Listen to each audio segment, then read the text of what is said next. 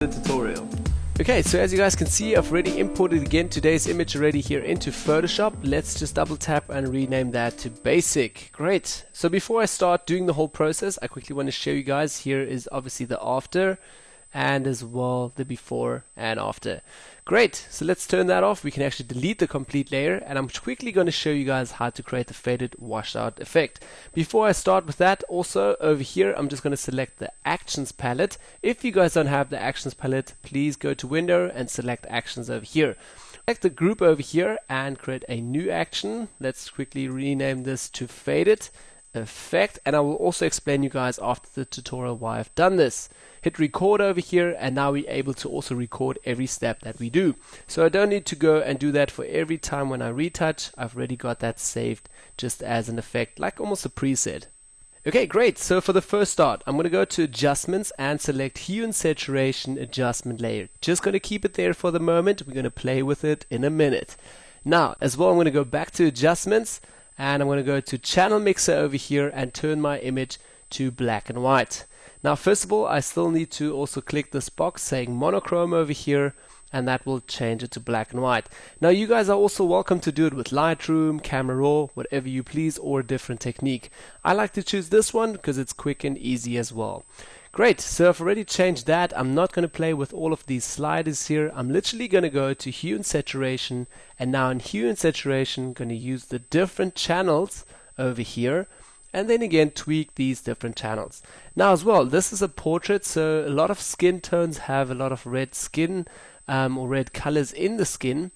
So I'm going to actually choose a red channel over here and just take the lightness here and tweak already my red tones a little bit.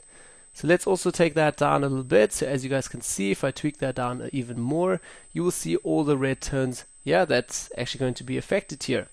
I want to make my skin a little bit brighter over here, so maybe like a +5 or 6. Great. And let's have a look also for the blues, for the sky, maybe down a little bit. Yeah, just like a little bit, that's okay. Or like a -40. Then as well, I'm also going to go into the yellow tones, and let's have a look if we turn down the yellows a little bit more, up or down. Yeah, down a little bit more, just giving a bit of contrast. I think that will look really nicely once we do the faded effect. Okay, like a -51, that's good.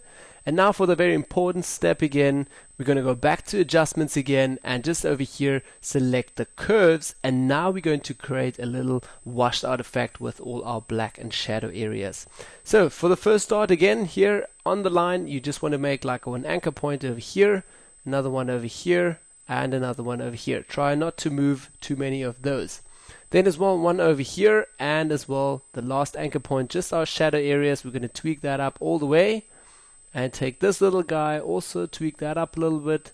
And as you guys can already see how that already affects our image here. Let's press Z, zoom in a little bit and a little bit down, and you guys can obviously tweak it to the way you like it. So you can either make it a little bit less, a little bit more, a little bit stronger as well. Just having a little bit more blacks here. That actually looks really nice. Let's take it down a little bit more. And you guys, it's obviously a little bit of a creative approach as well, so play a little bit with this. Again, here's our before and after, before and after. So this looks a little bit too heavy still.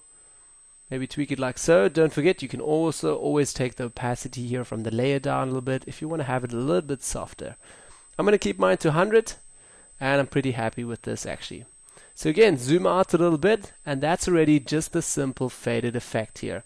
Lastly, I'm still going to just take all of these 3 layers while holding shift. Okay, select shift, that selects all the layers. Now we're going to go over to this little icon over here, the arrow, select that and say new group from layers, and we're going to rename this as well to faded. Also faded effect if you like. Great, and hit OK. Great, so we've done everything. We've got our faded effect. Last step that we still need to do here is just literally stop our recording from the action. So again, hit stop over here. That will have successfully recorded all our steps here, as you guys can see. So I'm just going to minimize this again, faded effect. And now for the last step that I still want to show you guys, what I sometimes tend to do is just create a new empty layer again. And I'm going to rename this now just quickly to white. You can rename it to anything you like. And I'm going to select the brush with B, and I'm working with the continuous 5 Pro tablet. So I'm via my wheel here, I'm able to change all together, move left and right with your pen or mouse. That will also change your brush size, and up and down will change your hardness here of your brush. So again, I'm going to change my brush all the way down, hardness 0%, and make it a little bit smaller. Great. Select 100% opacity, white foreground color, and now I'm just sometimes brushing on the areas where I have a lot of blacks, like over here and here. So I want to just, obviously I'm not going to do it on this side now because she has such a nice light here on her face, so I'm going to do it more on this side. So again, just brush in here really roughly, and a little bit more, a little bit bigger. Okay, we're just waiting for Photoshop to render that, and make my brush a little bit bigger still, filling in the gaps here. And now what I tend to do is just take the opacity all the way down. So let's start at 0%, and then we take it up slowly, like 3% already looks good, 4%, 5% is a little bit too much already. Yeah, like 5% is actually great. So again, before and after, just adding a nice little boost there as well. So you can also play a little bit with that. Great, so that's basically all also for the tutorial. Now as well, let's have a look quickly if we could select the faded effect here on top.